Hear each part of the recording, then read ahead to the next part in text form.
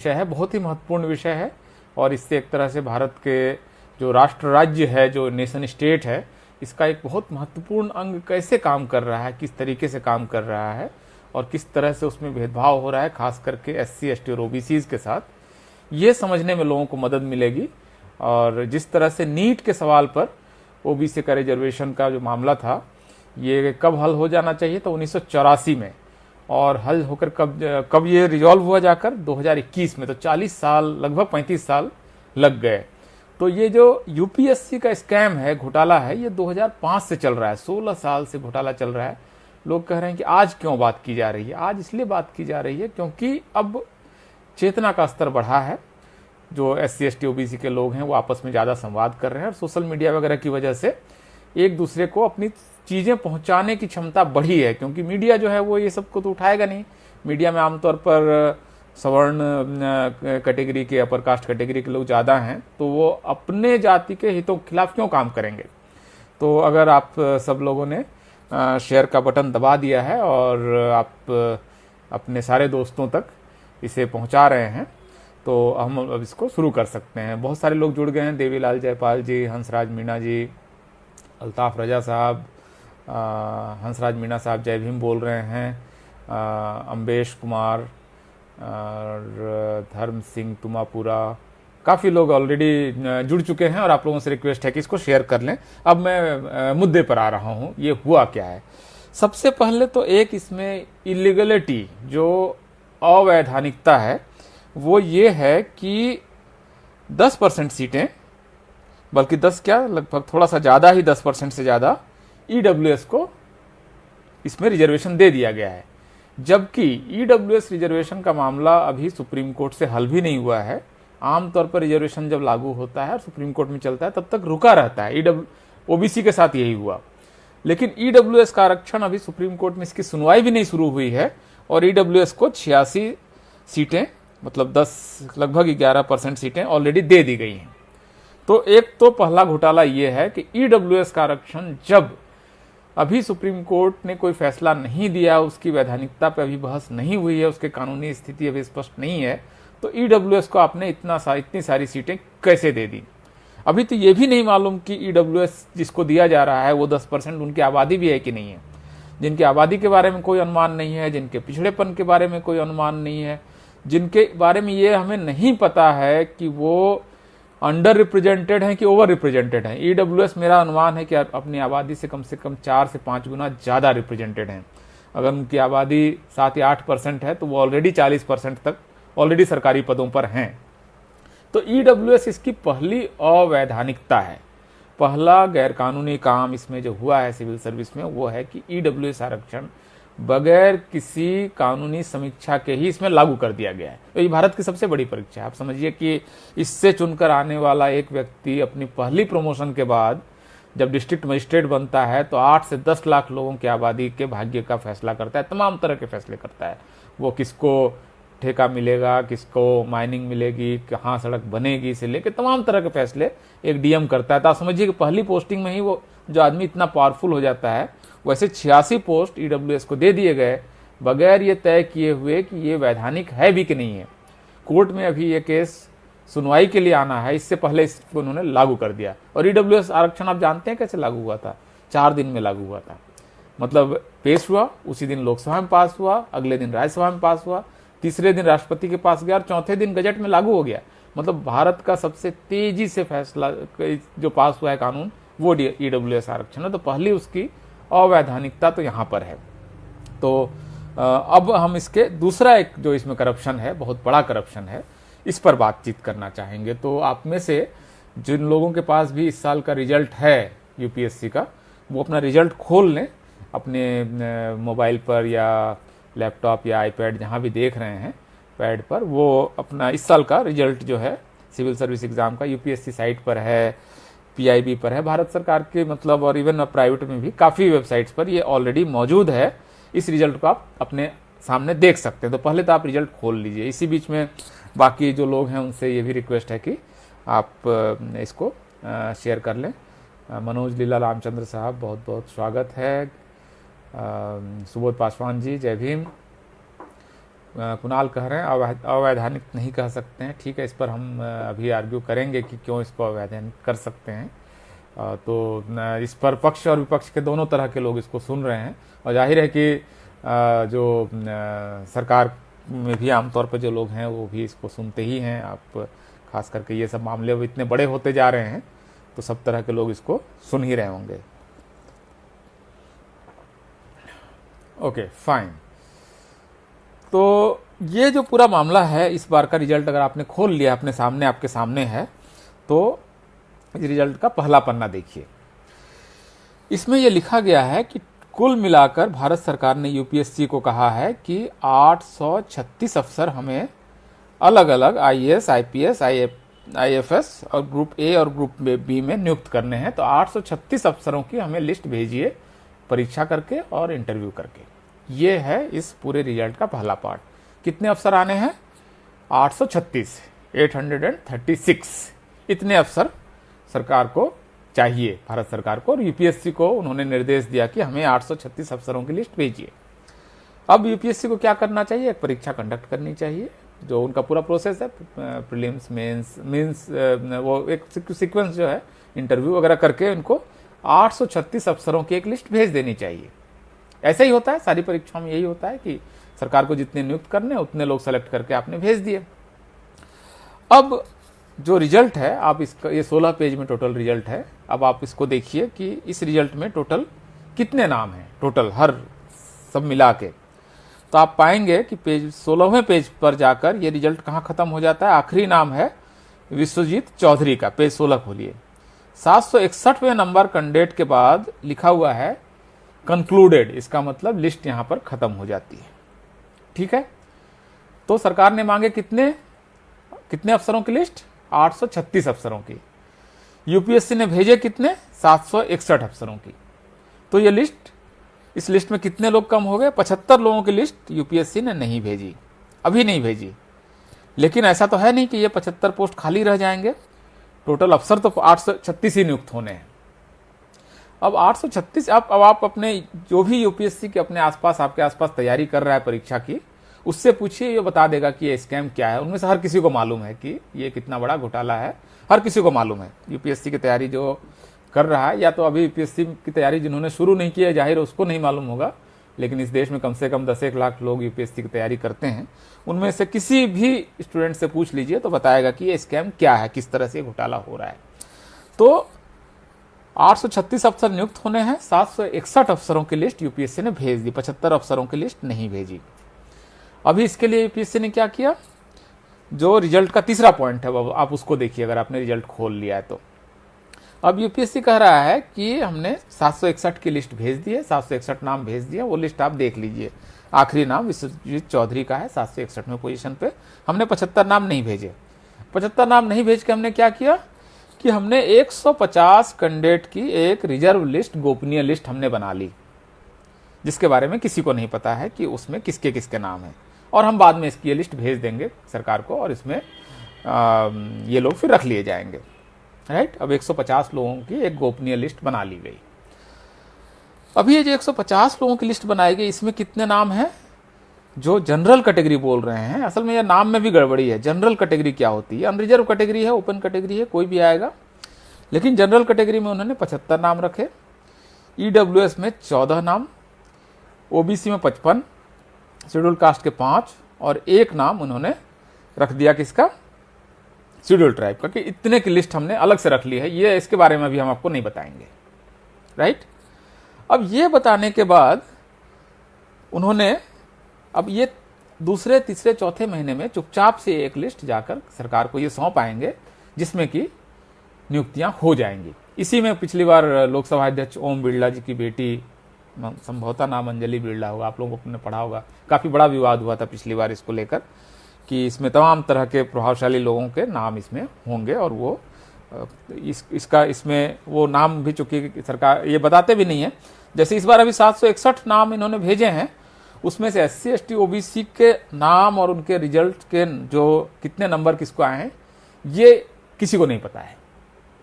अब इन्होंने जो 150 की गोपनीय लिस्ट बनाई, वो चूंकि गोपनीय लिस्ट ही गोपनीय है, तो जाहिर है कि उसमें उसके नाम आपको नहीं पता है। अब इसमें जो 14 नाम ईडब्ल्यूएस के हैं, 55 ओबीसी के हैं, 5 शेड्यूल कास्ट के और 1 शेड्यूल ट्राइब का। अब इनमें से कोई आदमी कल को शिकायत कर सकता है कि हमारा नाम इस लिस्ट में था लेकिन हमको तो इन्होंने आईएएस आईपीएस बनाया नहीं। तो इनको अगर अब ये मालूम ही नहीं जो परीक्षा देने वाले टोटल कैंडिडेट में कि मैं इसमें हूं कि नहीं हूं, तो आप इसमें पिटिशनर कैसे बन सकते हैं? आप ये मुकदमा कर ही नहीं सकते हैं, क्योंकि आप मुकदमा करेंगे तब न जब आपको पता होगा कि मेरा नाम इस रिजर्व लिस्ट में था और मुझे नहीं बनाया गया।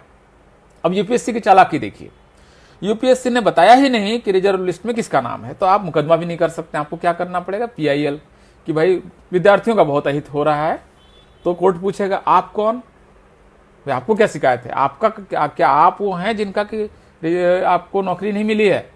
तो बोलेंगे नहीं मुझे तो नहीं मालूम, क्योंकि मेरा तो वो गोपनीय लिस्ट है, उसमें कैसे पता चलेगा? तो ये अभी अब आप आरटीआई आज की तारीख में जितने लोग सुन रहे हैं इस समय 700 से ज्यादा लोग, आप में से निवेदन है कि करीब अगर चाहें तो 100 लोगों के आसपास आज ही चाहें तो आप आरटीआई डाल दीजिए, ऑनलाइन डाली जा सकती है। आमतौर पर 10 रुपये खर्च आता है और कई बार तो नहीं भी खर्च आता है, कई सारी संस्थाएं बगैर भी उसके करती हैं। आप आरटीआई डाल के पूछिए कि 150 लोगों की जो गोपनीय लिस्ट है ये कौन लोग हैं, ये नाम हमें चाहिए। आप इसको करके देखिए, प्रयोग करके देखिए ना, आप मेरी बात पे क्यों भरोसा करेंगे? आप तत्काल अभी ये लाइव खत्म होने के बाद यूपीएससी की वेबसाइट पर आरटीआई का लिंक है, उसमें आप डालिए कि आपने 836 लोग जब भेजने थे तो आपने 761 लोगों का ही नाम क्यों भेजे? पहला सवाल पूछिए। फिर पूछिए कि 761 लोगों का जिनके नाम आपने भेजे हैं इनमें किसको कितना नंबर आया है ये बताइए, और किस कैटेगरी के कितने हैं ये बताइए, और जो आपने गोपनीय लिस्ट बनाई है 150 की, हम ना जानना चाहते हैं कि ये इसमें कौन है। करके देखिए ना, आपको 15 से 20 दिन में या 1 महीने में हर हाल में जवाब आएगा और आपको पता चल जाएगा ये कितना बड़ा घोटाला हो रहा है। क्योंकि जिन लोगों ने भी आरटीआई में डाला, पिछले साल भी डाला था, तो उनमें से किसी को वो जवाब नहीं दे रहे हैं, वो सिर्फ ये बोल रहे हैं कि ये यूपीएससी का एक विशेष मेथड है, इसमें हम आपको जवाब नहीं दे सकते हैं कि गोपनीय लिस्ट में कौन है। तो आप समझ रहे हैं, एक 75 आईएएस आईपीएस और आईएफएस अफसर का मतलब, एक मैंने आप जैसे आपको पहले बताया कि पहली प्रमोशन के बाद जो डीएम बन जाएगा वो 10 लाख लोगों का भाग्य विधाता होता है। तो ऐसे इतने सारे ऑफिसर्स, और साल दर साल 2005 से घोटाला चल रहा है और अब तक लगभग 1080 के आसपास नाम ऐसे हैं जिनको कि आईएएस आईपीएस बनना था, और इतने लोग आईएएस आईपीएस नहीं बन पाए इस घोटाले की वजह से। तो ये कितना बड़ा करप्शन है, आप इस बात को खुद आप सिविल सर्विस का रिजल्ट देखिए और आज आप आरटीआई डाल लीजिए और पूछिए कि आपने 836 नाम अफसरों के भेजने हैं, इतने अफसर तो बनेंगे ही बनेंगे, तो आपने 761 नाम ही क्यों भेजे? मतलब क्या इसके पीछे क्या षड्यंत्र है, आप ऐसा क्यों कर रहे हैं? ये पहला सवाल पूछिए। दूसरा सवाल पूछिए 761 लोगों के हमें नंबर बताइए और उनकी कैटेगरी बताइए। और तीसरा सवाल पूछिए कि आपने जो एक रिजर्व गोपनीय लिस्ट बनाई है उसमें हमको हर कैंडिडेट का नाम और उसके नंबर चाहिए। आपको अगर इस बारे में जवाब आ जाए, जो कि नहीं आता है, नहीं आया है, आपने पिछली बार अगर आपने किसी ने आरटीआई डाली होगी तो आपको मालूम है कि आपको इसका जवाब नहीं मिलेगा, क्योंकि इसका जवाब वो दे ही नहीं सकते, क्योंकि उनको यहाँ पर घोटाला करना है। और घोटाला क्या करना है कि 150 लोगों की जो रिजर्व लिस्ट बनाई है इसमें 75 नाम जो इनके जनरल कैटेगरी के हैं, यही लोग आपको फाइनल लिस्ट में होंगे। ये जो ओबीसी के 55 हैं ये फाइनल लिस्ट में नहीं होंगे। जब फाइनली अफसर बनना होगा तो ये लोग आउट हो जाएंगे। इसमें अरुण मौर्य का एक सुप्रीम कोर्ट में केस भी है। तो ये एक्चुअली जिस तरह से ये काम हो रहा है, और क्योंकि इसमें वही है कि आपको भारत में न्यायपालिका का चरित्र भी आपको मालूम है, कौन लोग जजेज बनते हैं, जज के बच्चे जज बन रहे हैं, और उसका एक कास्ट कैरेक्टर भी है जो आप सारे लोगों को मालूम है। इसमें मुझे नए सिरे से कुछ नहीं करना है। तो इतना बड़ा घोटाला क्या होते हुए देखा जा सकता है क्या इस घोटाले को? और फिर यह है कि अगर यूपीएससी कर रही है तो राज्य के लोक सेवा आयोग फिर यही किसी काम को क्यों नहीं करें?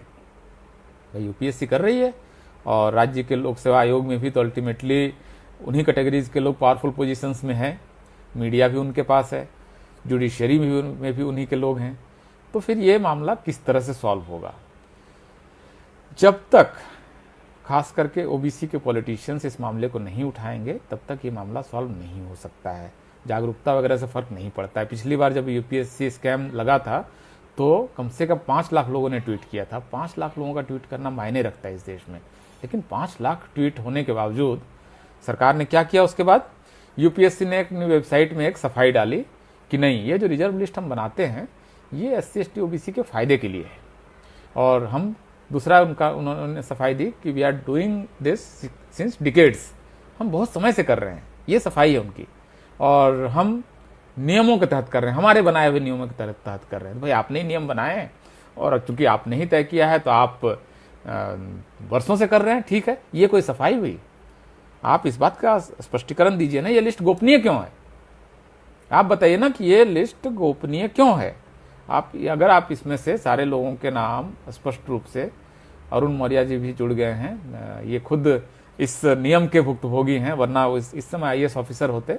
हालांकि बहुत अच्छे पढ़े लिखे व्यक्ति हैं, PhD हैं, तो वो मतलब ठीक ठाक पोजीशन में आज की तारीख में, लेकिन वही है कि वो IAS वो बन सकते थे, लेकिन वही गोपनीय रिजर्व लिस्ट, उनको तो उस समय तक तो पता भी चल जाता था कि गोपनीय रिजर्व लिस्ट में कौन कौन है। पिछले 4-5 साल से तो यूपीएससी ने बताना ही बंद कर दिया है कि ये रिजर्व लिस्ट में कौन कौन है।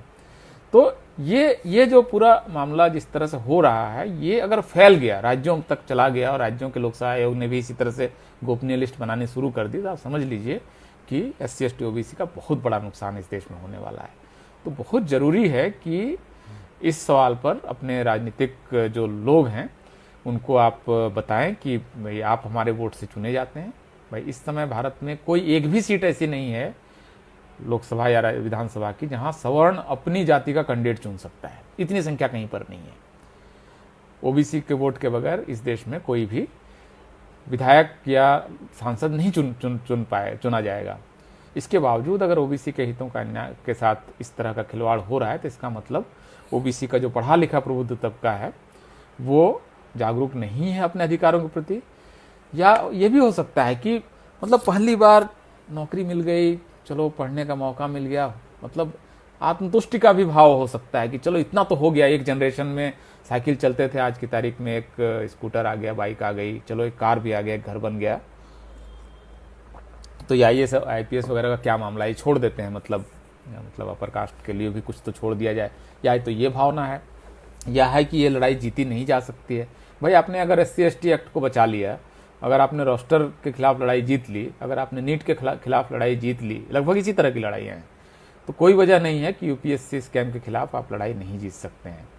तो सबसे पहले तो आप सबसे मेरा निवेदन है कि UPSC स्कैम के खिलाफ RTI डालें और खुद देखें क्या जवाब आया है। तब आपके पास जब RTI होगी तो आप लोगों को बता पाएंगे कि देखो ये घोटाला हो रहा है। ये हर साल मतलब अब तक 1080 के आसपास IAS IPS UPSC ने नहीं बनने दिए इस घोटाला को करके। तो ये बताने के लिए अब भी बहुत जरूरी है कि आपके पास वो RTI के कागज हो। आज आप डाल दीजिए, इस समय भी 650 के आसपास लोग इसको देख रहे हैं इसको, तो ये वीडियो निश्चित रूप से 40-50 हज़ार लोगों तक तो पहुंच ही जाएगा 2 दिन में।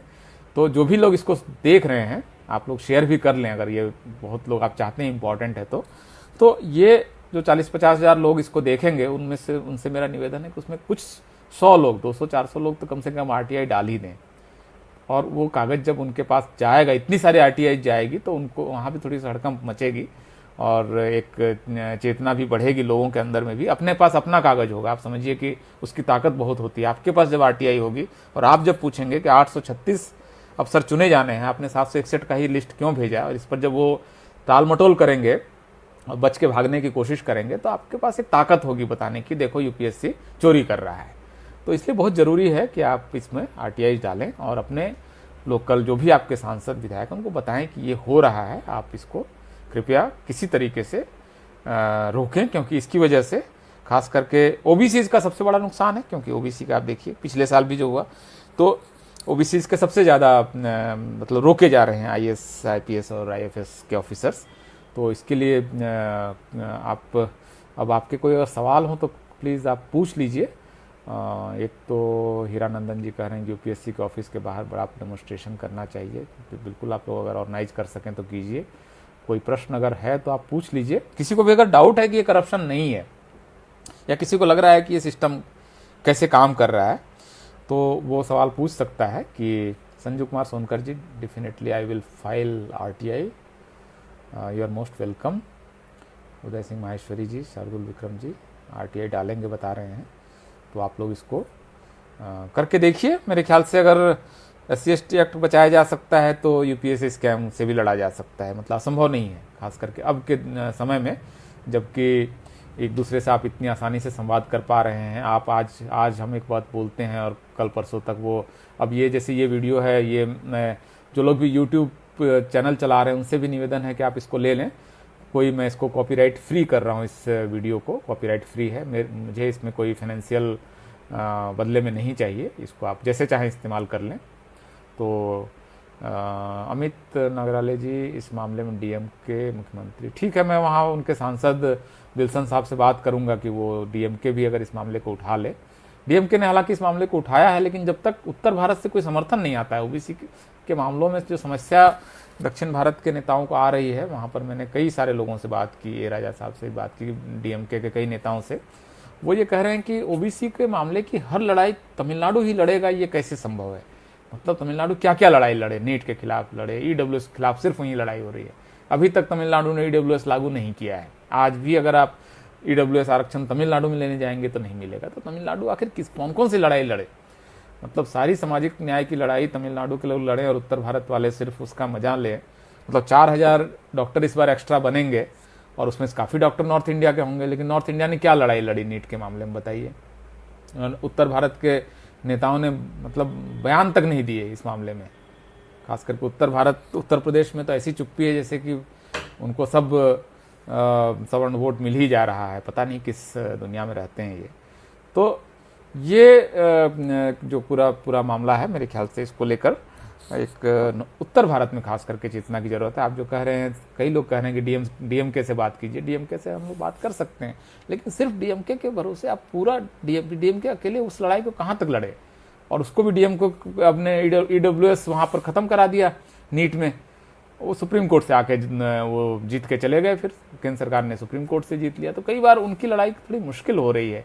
नॉर्थ इंडियंस जब तक इसको लेकर, नॉर्थ इंडिया का OBC जब तक होता रहेगा तब तक ठीक है। तमिलनाडु ने आपको बहुत कुछ दिला दिया है इस समय तक OBCs को नॉर्थ इंडिया में, लेकिन थोड़ा महाराष्ट्र ने भी दिलाया है। लेकिन बाकी नॉर्थ इंडिया में वो एक अजीब सी चुप्पी है, जातियां एक दूसरे से लड़ रही हैं। जो यहाँ की सबसे जो लड़ाई लड़ने वाली जाति है, खास करके यादव, उसके खिलाफ इतनी नफरत फैला दी गई जैसे कि रिजर्वेशन, अब ये 75 सीटें अभी लोग कहेंगे कि सर सारे यादव ले जाएंगे, जबकि इसमें से 4-5 से ज़्यादा यादवों के हिस्से नहीं आने वाला है। लेकिन खास करके जो सबसे बहादुरी से रिजर्वेशन की लड़ाई लड़ी जिस जाति ने, जिन जातियों ने, वो सब आज की तारीख में नॉर्थ इंडिया के बाकी OBC जातियों ने उसको विलन की तरह देख लिया है कि सारा आप ले जाएंगे। तो मतलब भाई लड़ेगा वो, और अगर उनकी संख्या भी है तो थोड़ा ज़्यादा ले जाएगा, लेकिन आप इसके बगैर इन सारी जातियों को साथ लिए बगैर कौन सी लड़ाई लड़ने जा रहे हैं। तो ये झारखंड सरकार को भी इस लड़ाई में सामने आना चाहिए। करके देखिए, बात करके देखिए सुधीर मुर्मू साहब, अगर हो जाए तो अच्छा है। महाराष्ट्र में छगन भुजबल साहब से इस बारे में चर्चा हुई है और वो अब इसको निश्चित रूप से महाराष्ट्र में काफ़ी चेतना है इस मामले को लेकर। अगर ये ज़्यादातर सीटें असल में शेड्यूल कास्ट की होती तो ये लड़ाई आप जीत चुके होते। शेड्यूल कास्ट के अधिकारों को छीनना बहुत मुश्किल होता है, शेड्यूल ट्राइब के भी अधिकारों को छीनना थोड़ा मुश्किल होता है। OBC की क्योंकि ये ज़्यादातर सीटें हैं, ये ज़्यादातर लूट हो रही है OBC की सीटों की, और OBC के अफसर भी चूंकि कम हैं, शेड्यूल कास्ट जितने ऊंचे पदों पे है उतना OBC का है नहीं। OBC शेड्यूल कास्ट के पत्रकार भी हैं संख्या में, लेकिन OBC का है नहीं।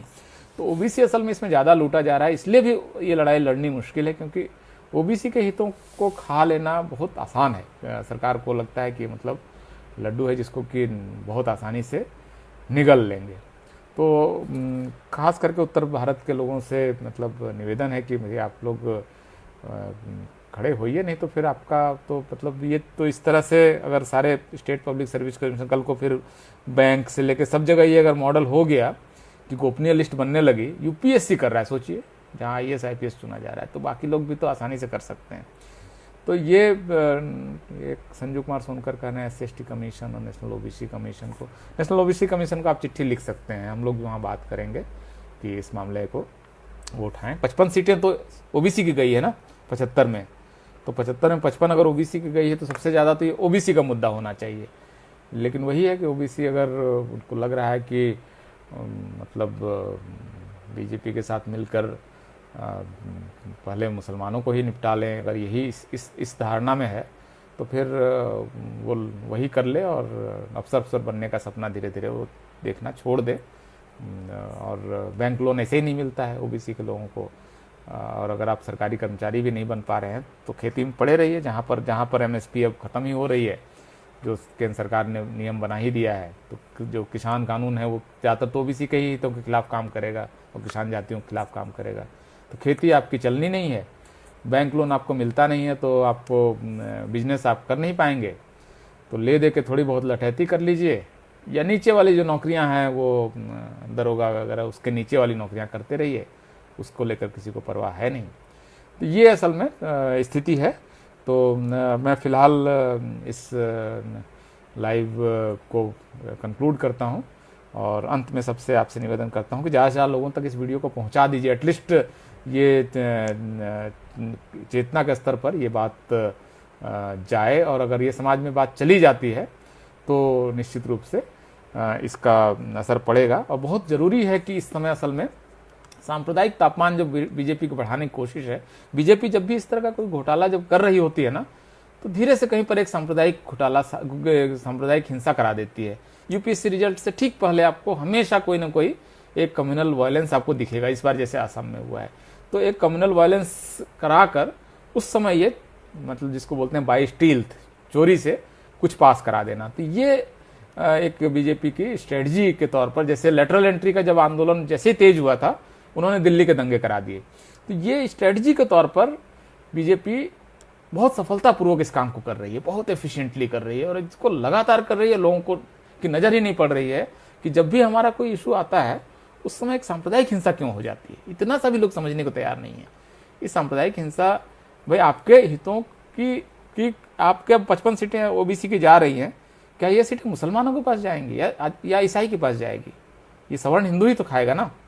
लेकिन आप लड़ किससे रहे हैं? तो सांप्रदायिक तापमान कृपया न बढ़ने दें ज़्यादा, या इसमें आपका बहुत अहित है और इसके नाम पर आपको बहुत ज़्यादा नुकसान हो रहा है। इसको आप अगर नहीं समझ पाएंगे तो आप घंटा बजाते रह जाएंगे। और राम मंदिर ट्रस्ट में भी ओबीसी को जगह नहीं मिलेगी, एक मेंबर नहीं वहाँ पर ओबीसी का, जहाँ पर हजारों करोड़ रुपया भी इकट्ठा हो रहे हैं, वहाँ पर ओबीसी का तो एक भी आदमी नहीं है। ओबीसी के लोग जो इस आंदोलन में थे वो आज की तारीख में सारे गायब हो गए। मतलब कहाँ विनय कटियार, कहाँ उमा भारती, कहाँ साध्वी रितंभरा, जो मतलब ओबीसी के जो लोग भिड़े हुए थे ना सीना तान के, सब गायब हो गए। जब ट्रस्ट बना, जब उसकी वजह से सत्ता आई, तो आज की तारीख में इन लोगों की क्या हैसियत आपको मालूम है। इन्होंने मतलब एकदम दूध में मक्खी की तरह ये ओबीसी के नेता उस समय के निकाल के फेंक दिए गए हैं। तो ये बीजेपी है, इसको आप समझिए और कृपया सांप्रदायिक तापमान न बढ़ने दें। ये बढ़ेगा तो फिर आप ये लड़ाई नहीं लड़ पाएंगे। ये दोनों चीज़ साथ साथ नहीं हो सकती है।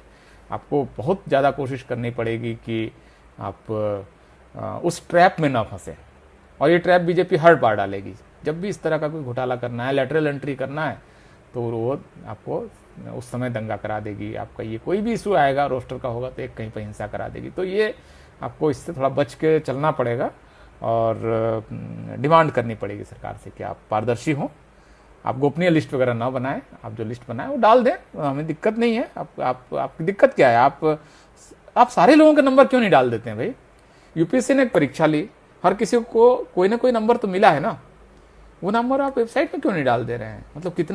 मतलब कितनी हैवी वेबसाइट हो जाएगी। आप मतलब 1000-5000 लेके थोड़ा सा और सर्वर बड़ा कर लीजिए। आप सारे लोगों के नंबर क्यों नहीं डाल दे रहे हैं?